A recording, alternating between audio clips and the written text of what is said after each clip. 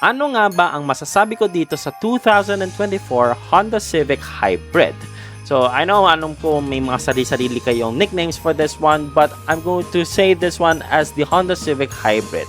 And this one is around 1,990,000 pesos.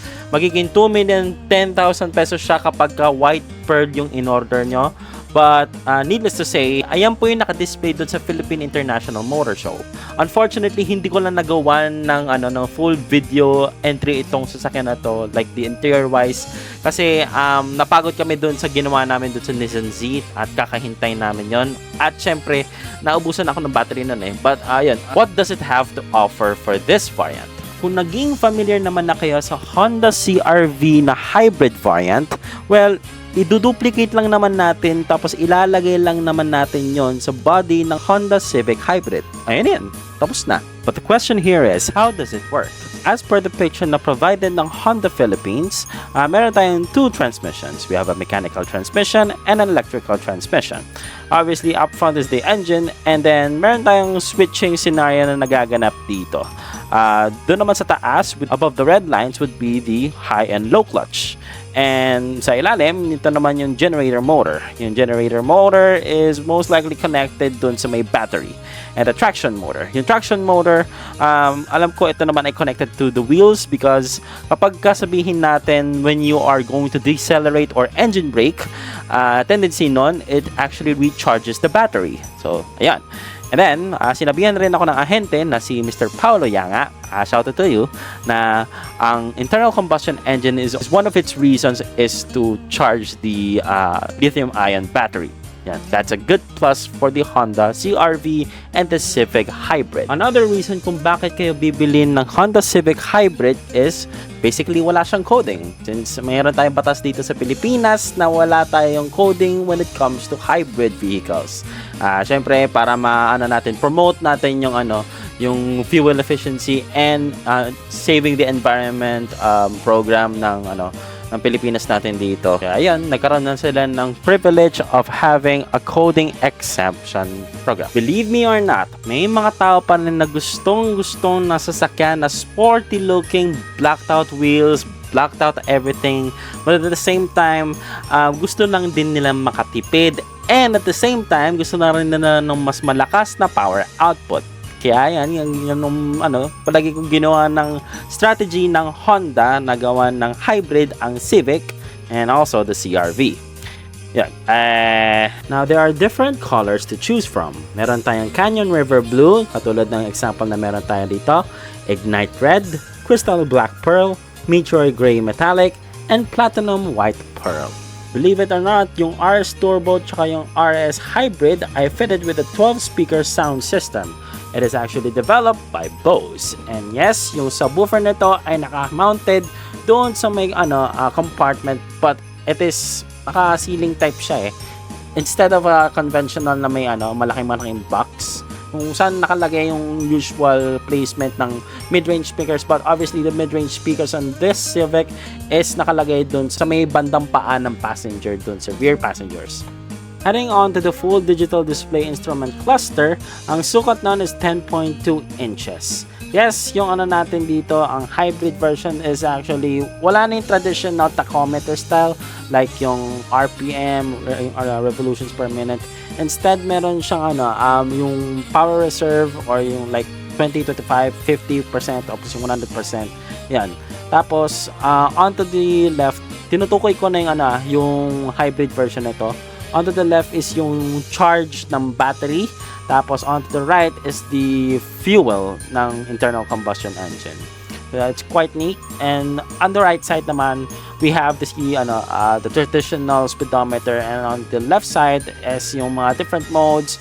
Kung sinasabi ba kung naka-EV mode ba tayo or kung na-internal combustion mode ba tayo. And so on and so forth. Another thing is meron tayong lane watch camera, and kung nagdududa kayo bakit sa right lang itong yung nakikita nyo nakausli na camera na yan sa side mirror housings, mainly because it's yun lang ang kailangan mo na camera kasi sabihin natin magpa-park ka ng parallel parking, unang-una yung natin makagagutter ka, At pangalawa, yung alam niyo yung ano, yung mga motor na sumisingit sa kanan. Pagliliko ka ng kanan, hindi mo mamamalayan na meron ba sumisingit o wala. Kasi sa left side, mas malapit naman yung peripheral vision mo yun eh. Hindi mo na kailangan ng camera for that one. So all you need is the right side. Kaya doon sa side mirror housings doon sa kanan, meron tayong dalawang specific camera for that. Yeah.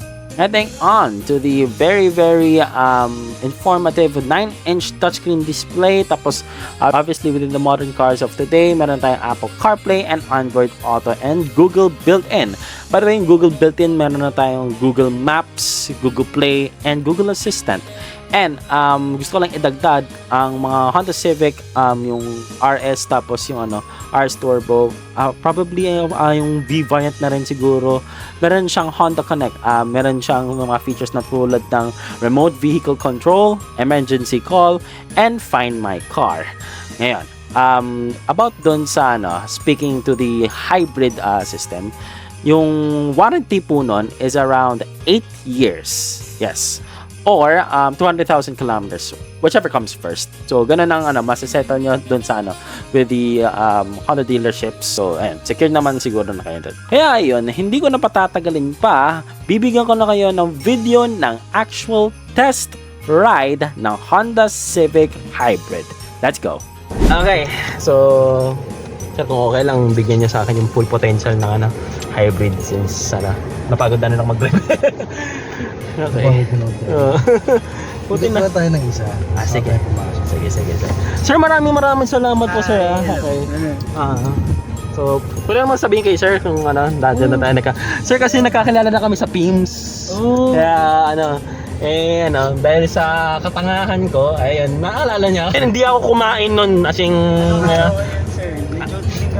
ay sa PIMS, Sabado yun eh. Sabado. So, ayan. Uy, nakabukas pintuan. Oh, 'di ba? So, ayan. So, ito na yung Civic. Oh, swerte mo naman Civic na hybrid Ayos ito pa nakatsaman mo Maraming blessing sa akin. Una, kinailangan ko ng Quezon Avenue na ahente. Ikaw pa nag-drive, sir.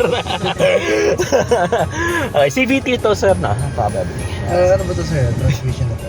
Most likely CVT siya. CVT. Okay. Same as sir, CRV hybrid. Okay. So kung yung layout ng CRV hybrid, nilipat lang naman dito na. Okay. Same as Okay. Ganda horsepower. Okay, matas na.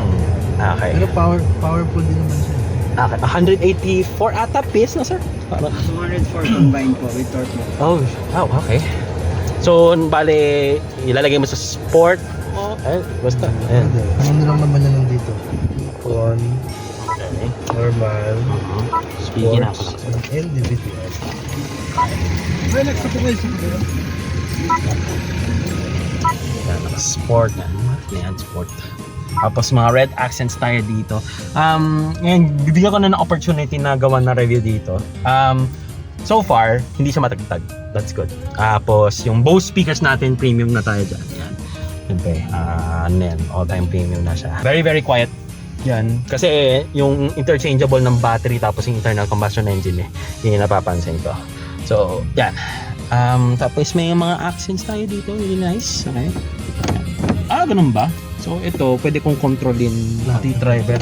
So, pwede kita pagtripan dyan. Okay. Tapos, ito, medyo unique to yung iilaw yung red. Ayan. Ay, joke. Ay. Alam ko may umiilaw dapat dito. Pero baka ibang unit yun. Yung HRV akong na-review umiilaw itong nagiging blue. Ayan. Okay. So, yan. Tapos may mga window visors tayo dito. Probably optional but yan, kung gusto nyo. Tapos side curtain airbags right over here. Yan. Tapos may mga comfortable na bucket seat style na tayo dito. As a height of 5'5", kasyang-kasya naman ako dito. Yan. Yan. Tapos sunshade holder. Yan. Tapos yung wireless charging dito siya. Tapos hindi siya fully leather. Para may suede. Yan. Suede dito sa bottom side. Tapos same dun sa back side. Tapos taas na leather na. Yan. Tapos yan yung natin. Center armrest. Okay. Tapos syempre dun sa ano, sa rear seats meron tayong ano sa gitna, yung ano natin, center headrest. Right. Tapos automatic. So manual dito. Wala naman akong complaints. Okay. Fuel level, tsaka no, hindi pa nabe-brake in, no.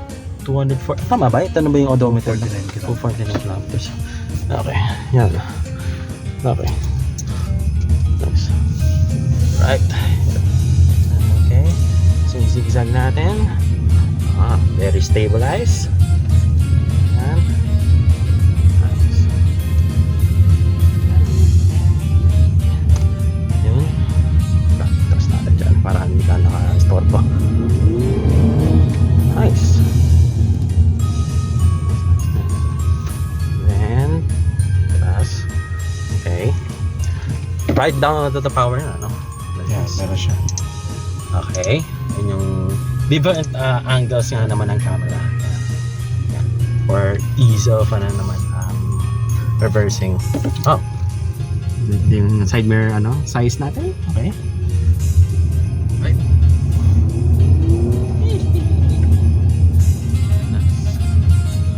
Okay. Yan. Tapos very quiet. Yan, papansin ko. Siyempre pag tinatumanan, there goes the sound. Yan.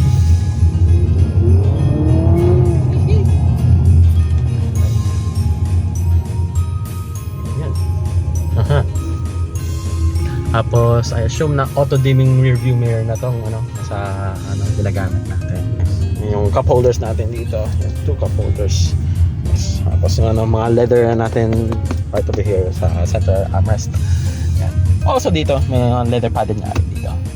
Very nice. Sir, how much nga pala yung ano natin? Yung presyo Hybrid ng natin is 1.990 sir.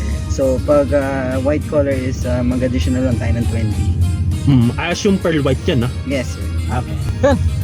Stabilized vehicle kapag mahilig kayo sa hybrid. So this is your going to be choice. Gwapo niya pa. Yung ano, dagdagan pa natin. Ayan. So, yun yung test drive unit. Ayan. Medyo madami kayo na ano. Oo, marami na ako na disglass din. Saka nakamodulo kasi siya yung kits na Nakafitted na to. Dun sa pins. sa side skirts. Okay. Sa front rear bumper. Okay. Right. Copy. Modulo kits. Kasi yung sa PIMS ba naka-modulo na yun? Hindi pa. Ano sir? Ay, okay. Yung Civic ng Alibay nasa gitna sir. O yung test drive.